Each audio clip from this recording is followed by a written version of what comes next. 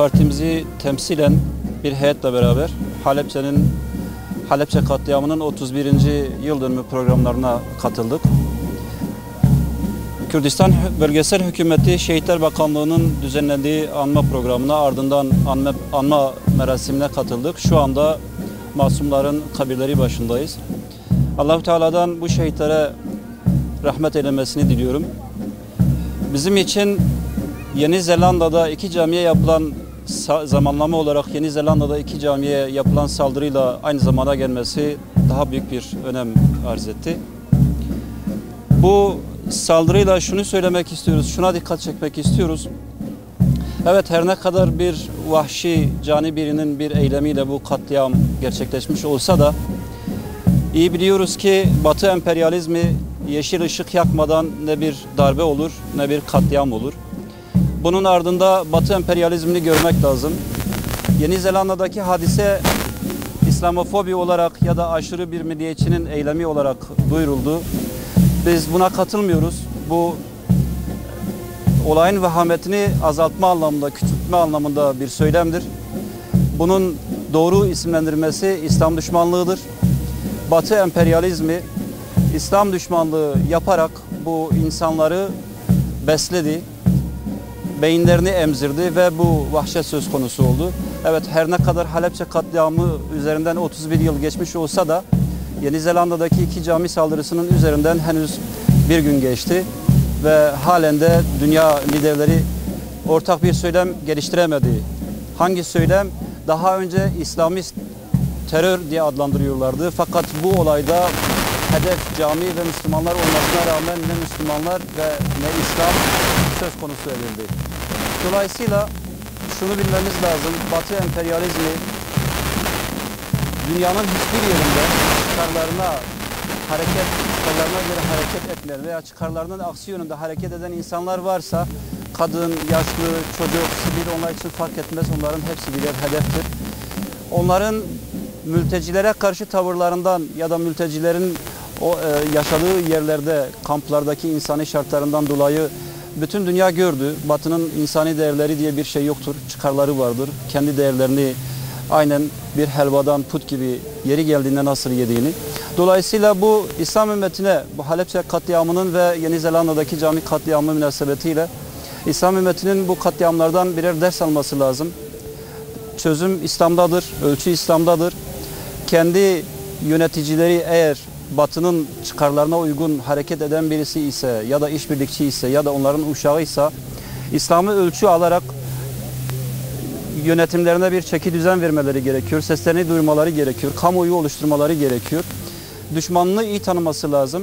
Burada evet, şu kabristanda biz biliyoruz ki bu katliamı yapan bir Baas zihniyetiydi, bir Saddam'dı. Fakat biz çok iyi biliyoruz ki o silahları ona veren, yeşil ışığı yakan Batı zihniyetiydi. Bunların insanlığa karşı işlediği suçlardan dolayı yargılanması gerekiyor. Bütün silah tacirlerinin, bu ki özellikle kimyasal silah satanların insanlığa karşı suç işlemekten yargılanması gerekiyor. Ve bunun için biz bir kamuoyu oluşturma adına bu hassasiyete dikkat çekmek için buradayız, bu mesajı veriyoruz. Tekrardan Allah-u Teala'nın bu şehitlerimize rahmet etmesini ve zalimleri de kahrü perişan etmesini diliyorum. Jibo kimyasal bijar akub ser Halepçe hat barandın di sala Sivye keminde em bu vefde hıda par ji Kurdistan'a Türkiye hatın Halepçe me mezale Halepçe ziyaret kir em ketin beşdari merasima Halepçe jibun o legel karbidestevan me henek danu üstendin kir me haberda براستی قتلعام حلبچه مظلومیتا قوم کرد ده نشاندان مظلومیتا مسلمان ده نشاندان مظلومیتا وان ده خبیرا مرف و ظالمتیا ظالم ده خبیرا مرف یعنی دسریه ارده ده هیجی ظالم هنه مظلوم هنه مظلوم جی او تشتک ظالم لوان دکن او تشتک بسری وان ده دبارینن جی قتلعام جی کیمیاسالا جهمی انواع ظلمه اوانا او دبن سمبول مظلومیت اوان دنیشاندان د di dünyaya da dibin vek havaya alemeki, di dünyaya da dibin sembol ku evana her xudi haqqi xone ji aliyê dinê ve jî zalime de nîşandan ku evana jî zulüm li insanê zayıf dikin zalimtiya zalima jî di dünyaya de tê tezcîd kirin ev ya gerek bibe ders bibe ibret ji tamamê insaniyetê re ku zalim di seriya erdê de ew bi rûkê reş werin bi bîranîn mezlûm jî ew ê di seriya erdê de her daîm bibe wek havê elema insaniyetê wek havê ewan kesê ku Xwedê Teala wesfê wan dide Xwedê Teala xwedîtiyê li wan dike gerek ev ya bibe ders û ibret ji bona tamamê insana insaniyetê em dixwazin ku di tamamê dünyayê de di seriya erdê de li ku derê mezlûmiyetê bi vî şeklî çêbûne mezlûmiyeta wan bibe elem mezlûmiyeta wan bibe sembol wek havê Helepçe mezlûmiyeta wan bibe wek havê abîdekî ku ticarî nêj bîrkinin ji bona ew kesê ku bixwazin zulmê bikin careke dinê teşebbüsê tiştekî wiha nekin mixabin ev zulm hêjî dewam dikin di ser rêya erdê de her wekî ku îro li vê derê çêbûye li ser rêya erdê li welatê dinê li alî xerbê dünyayê şerqê dünyayê cenûbê dünyayê şimalê dünyayê